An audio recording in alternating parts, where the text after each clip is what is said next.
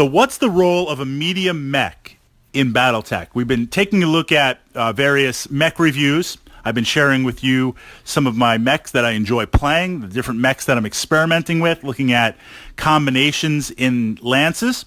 We've been looking at light, medium, heavy, and of course, assault mechs. Now the challenge here, of course, is with Battletech, if you say heavy mech, well, first thing that comes to mind for me, I'm kind of old school like that, a Warhammer. You know, if I had to inherit a mech, you could do a lot worse than getting a Warhammer. Or I think of a Marauder or a Rifleman. But are we talking about heavy mechs at the lower end weight scale or at the higher end? Because it's a sliding scale on there, and the lines, you know, that divider gets blurred a little bit. A heavy medium mech and a heavy medium mech versus a light heavy mech, there's a lot of similarities in there. Or on the heavy end spectrum of heavy mechs compared to the light spectrum of assault mechs, again, it's kind of blurred a little bit. But I feel like with medium mechs, now we're getting into, I feel like the hallmark of medium mechs, or how I want to approach medium mechs, is now we're getting into some specialization.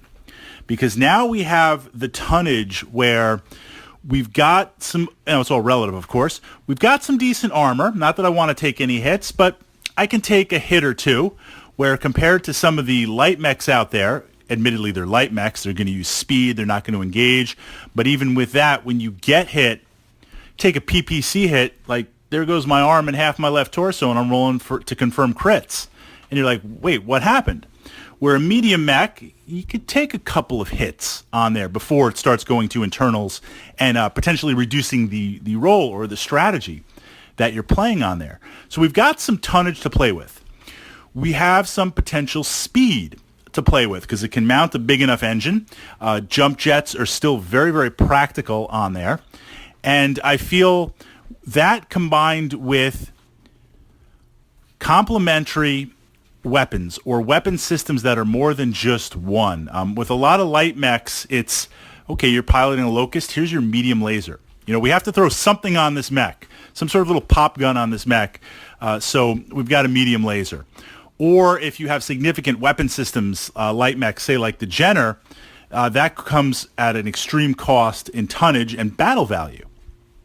Or if we're going to put in some stuff like the Valkyrie, I've been experimenting with the Valkyrie, very interesting light mech. Good battle value. It's got an LRM 10 pack, and you've got a medium laser.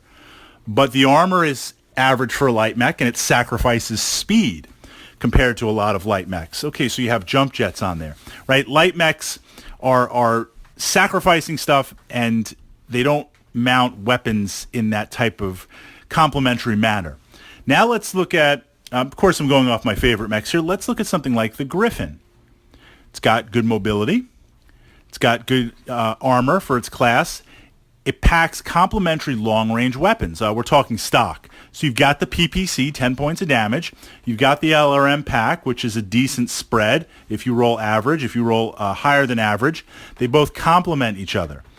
So what I feel like medium mechs, now you're looking at something that is specialized towards a certain role. And it can fulfill that role for a little while. One of the roles that I see that I play with medium mechs is a sniper type mech. The Griffin review that's on my blog. The link is underneath this podcast, underneath this vlog. It's also a podcast review of the Griffin up on my channel here. I've got playlists for Battletech and Warhammer 40,000 and other gaming systems, Wings of Glory, that I enjoy. But the Griffin uses its speed, in my opinion, to get into position, and it snipes away with the range and the damage output of that PPC. Different than, say, a light mech that's a skirmisher, which, like the Thorn, the LRM 5-pack on the Thorn, we're not looking to do tons of damage. I'm just looking to kind of get your attention and run around. And if I can pull off a unit or two and keep the speed of the Thorn going, that's tactically good. So as we move into medium mechs, Blackjack, right? For its weight class, it's a great support mech. It's supporting role. It doesn't really have the armor or certainly the ability to engage one-on-one, even for a medium mech. Not that we ever want to engage one-on-one. Of course I want to gang up. But you've got the it's a great support role. You've got the autocannon 2s, stock variant, or stock, non-variant, laying down a little bit of DACA. Yeah, it's 2 points, but you've got range. When a lot of other stuff isn't in range, that's in range. And if I can get a lucky hit or against vehicles, I can get some motive hits, that works. Then when we close and my assault mechs I decide to push the heat on them, or my heavy mechs push the heat, you can switch to the medium lasers on there. It's a wonderful support machine. So in my opinion, I find as we kind of go through the roster of medium mechs, taking them almost like a block and plugging them in on a circuit board to see this is a defined role. This is a specific role, one specific role. Now, when we get into the heavy and assault classes, they might have multiple roles because you've got a lot of tonnage to play with armor and other things, although admittedly a lot of roles with the heavy and assault mechs are obvious. You're using that armor, you're using that weapons, you're using those heat sinks to literally get to danger close, get to point blank, and unload just on everything. Your thoughts?